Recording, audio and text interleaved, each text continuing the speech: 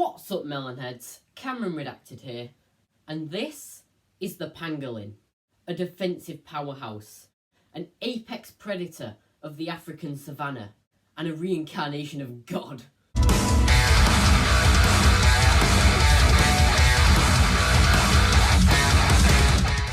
So, on this very day, Joel released a video on his channel that contained a number of unholy things. Murder, sacrifice, and the ridiculous claim that there can be a creature better than the pangolin. What a duel! Listen, Joel, get it through your tully scully that there's a better creature. Okay, so basically the video is talking about Joel's favourite creature, the tully monstrum gregarium. You know what, I think I'll just call it Greg. And basically, the video claims that Greg is the greatest thing to ever live. I believe that the Tully monster was the best creature to ever grace this planet's oceans, nay, the best creature to ever exist in the known universe. That's wrong! So basically, I'm going to be deconstructing Joel's argument, and then I'll offer my own on a creature that's better. Okay, so Joel's first point is basically just that it looks like it comes from an alien planet. I mean, it looks like what an alien would draw if it was given a bad description of a fish. But something looking like it comes from another planet isn't a good enough point on its own. I mean, there's moons in our solar system that just look like lumpy flesh cheese. And frankly, that's what Greg is as well. Lumpy flesh cheese. Okay, so after his first point, Joel decides he doesn't even have the confidence in his own argument to read it aloud. He just lazily puts a list on the screen. But I'm confident in my beliefs, so I will read Joel's argument out loud, and I will dispute it. Okay, so reason 2. Actually, you know what? I'm just going to put the list on the screen. Okay, so I kind of don't want to address his second point, but all I'm going to say is the thing has some sharp teeth, and I wouldn't trust it.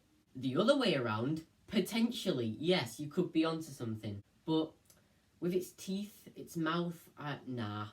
Point 3, would make a good pet and or spouse. Pet? Nah. Spouse? Potentially, if you're alright with living in water for long periods of time. But I tell you what would make a good pet. The pangolin. Bozo. Okay, point 4, relationships are temporary, tullies are forever. My relationships are non-existent. And the tully monster, even nature realised that this was its biggest mistake, and the tully monster only deserved to be flushed down extinction's toilet. And point 5, yeah, fair enough. Okay, I can concede that the tully monster is a good creature, and maybe, in its time period, in the Carboniferous era, you know, it could have been the best creature around. Maybe, when all it had to contend with was tetrapods and trilobites, it could have been the best creature. But times have changed. Nature has evolved. We have all sorts of creatures now. And there are a lot of them that are better than Greg. Okay, so this morning I watched a 45-minute long nature documentary about pangolins, and my belief will not be changed that this is the greatest animal to ever live. I mean, you know the creature they're talking about is going to be awesome when the theme tune is as funky as this.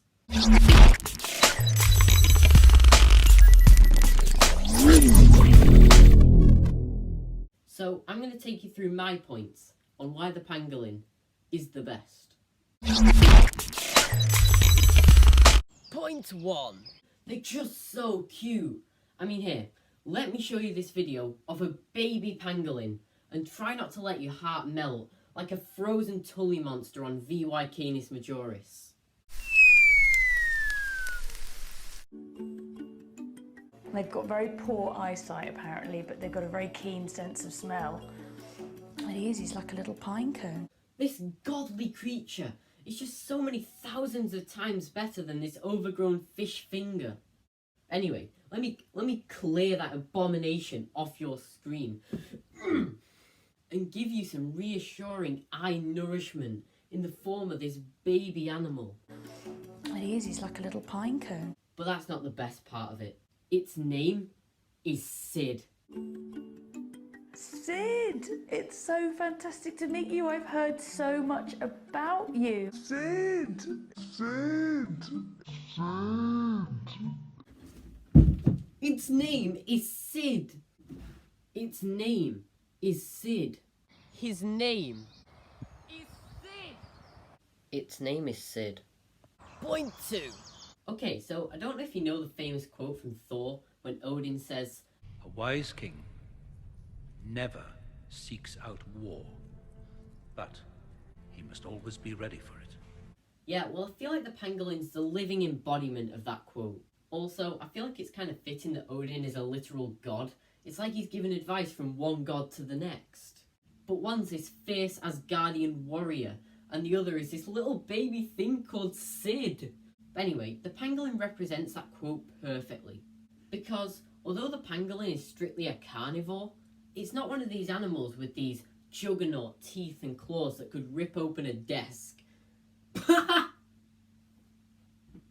A desk!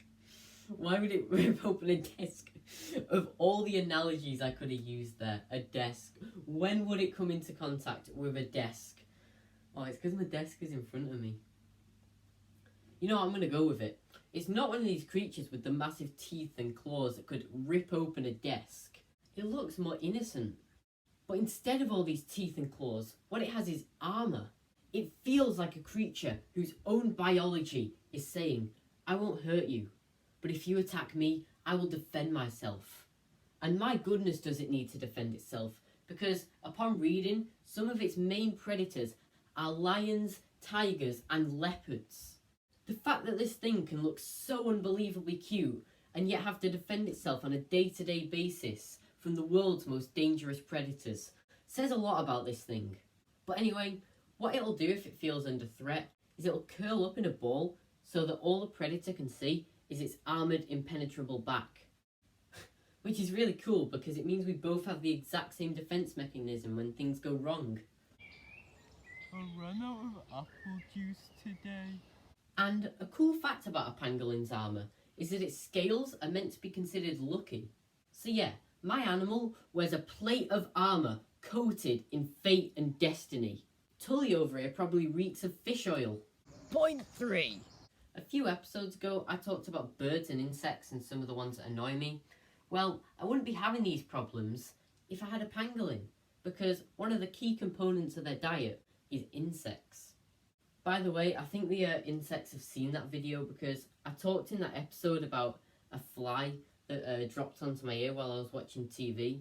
Well, the other day, I sat down again to watch some TV, and above me on the ceiling was a spider ready to pounce.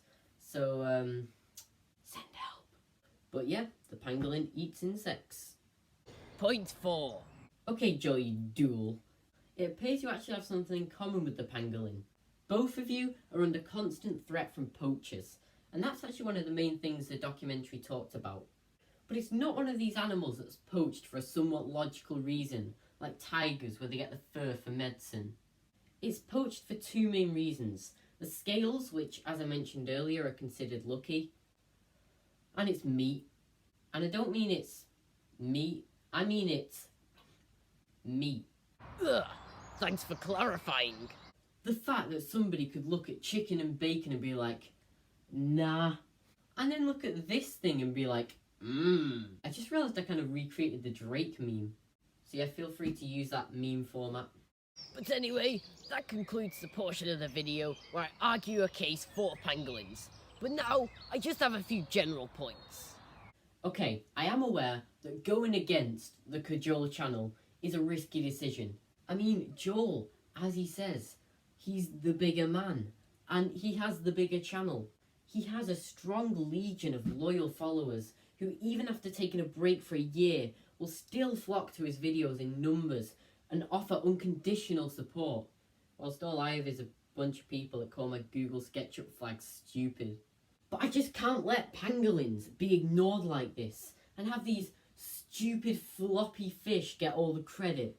But even though my argument is logically, morally and nutritionally better than Joel's, there will still be people who prefer his video. How dare you? I mean, What does Joel's video have that mine doesn't? Funny little moving images? I have those. Look at me, look at me. Cool self-written music in the background? I can have that too. What's up, Melonheads? Cameron redacted here.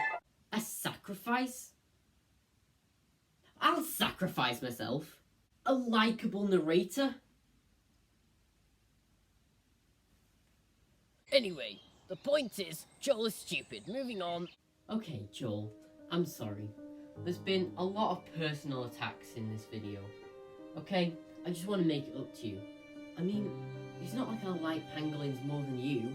Like, imagine there was a burning building, and I could save you, a person I've known all my life, with just this random animal that I've never met. Obviously, I would save the pangolin. I mean, this is a pangolin, and this is you. Okay, maybe a bit too far. But this is a clip of you. You mean my top hair? Metaphorically. And this is a clip of a pangolin. Well, he is, he's like a little pine cone. Which, by the way, the lad is called Sid. But anyway, thanks for watching. I hope I've swayed your opinion that pangolins are in fact the best creature. And I will see you next video. I just realised that whilst you guys have to wait like 2 weeks for me to edit and upload these diatribes, the government's been listening to every episode live for free.